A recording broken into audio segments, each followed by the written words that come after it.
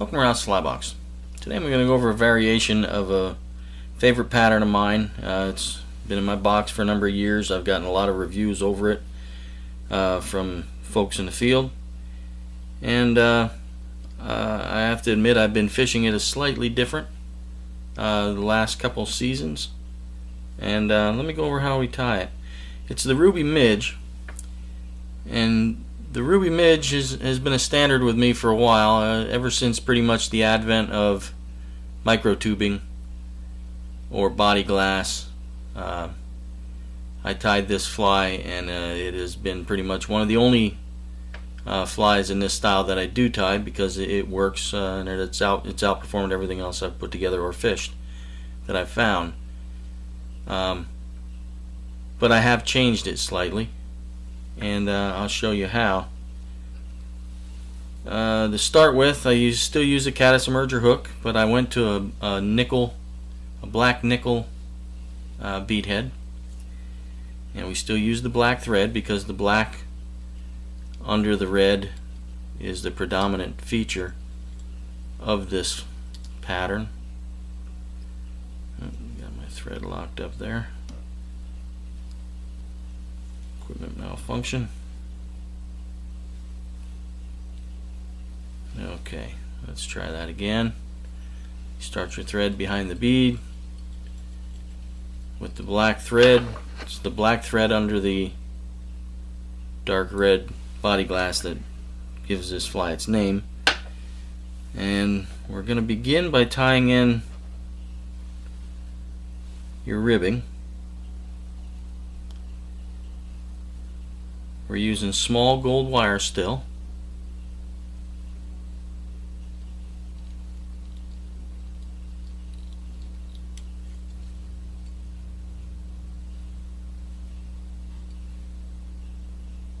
Having trouble seeing that wire this morning. And you're going to wrap back over it, but you're only going to take your black thread now to the point of the hook. See how it hangs on this hook? You're going to take it to the point of the hook, and then you're going to bring your black thread back forward. And you're going to wrap that gold wire the rest of the way by itself.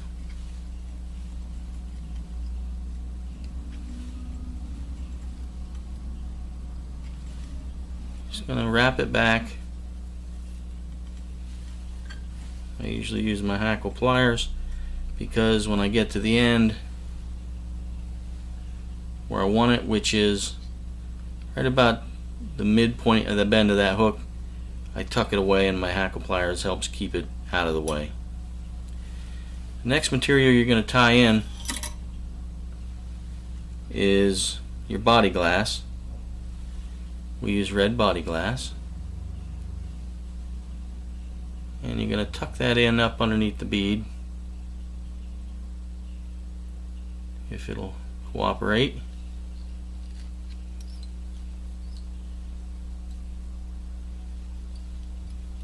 It didn't want to.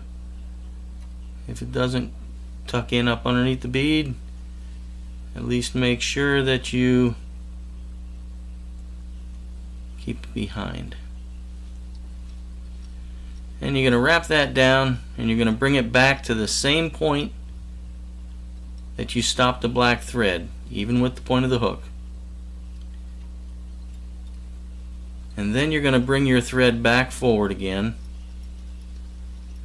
and you're going to build a slight taper to your thorax portion with that black thread.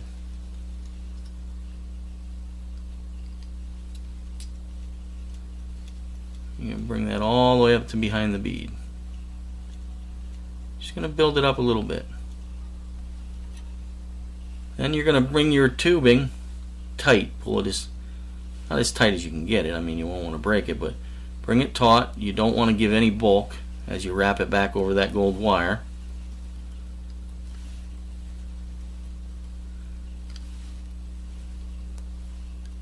You bring it back to the end of the gold, and then releasing a little bit of tension to give more of a ribbing effect, you bring it back forward. And the original ruby had black thread under the red the entire length of the body of the fly. This leaves more of a red tag at the end. This one step change has made a noticeable difference in this fly for me. And you're going to bring your tubing all the way to the front, behind the bead.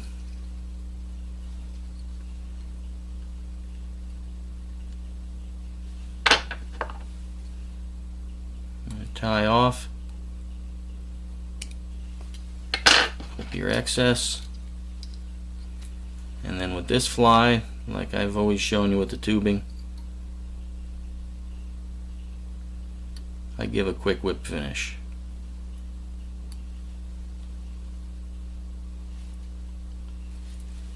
Just so it doesn't slide off. And the next step you're going to do is you're going to bring your wire forward.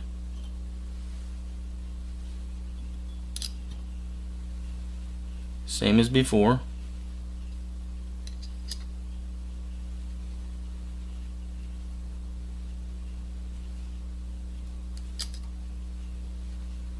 Negotiate your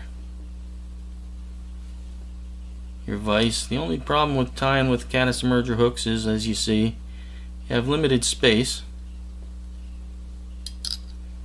to work with when you're wrapping. It's a condensed package with a different shape to the shank, so your normal wrap techniques will always seem a little off. And you can bring that right up behind the eye.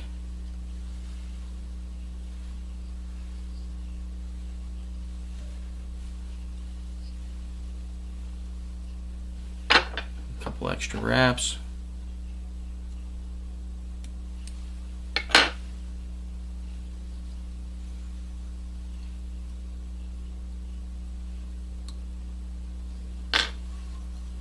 And then we're going to give another whip finish. I just give a quick 2 turns. And the last material you're going to tie in, let's see if I can get that little piece of tubing clipped off of there.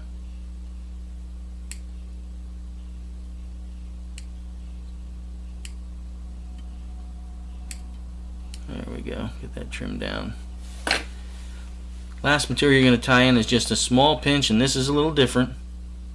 Just a small pinch of black UV ice stub. Not the peacock with the gold bead.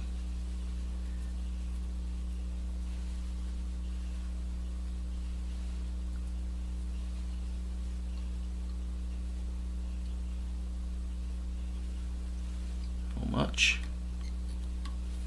Don't need too much on this.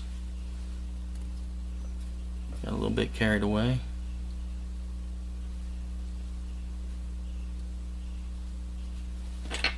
And I know it seems redundant. I don't do this for security of the fly, or because I think the material is going to come unraveled fishing, but the multiple whip finishes keep this material with the hook shape, the way I position it in the vise, from sliding.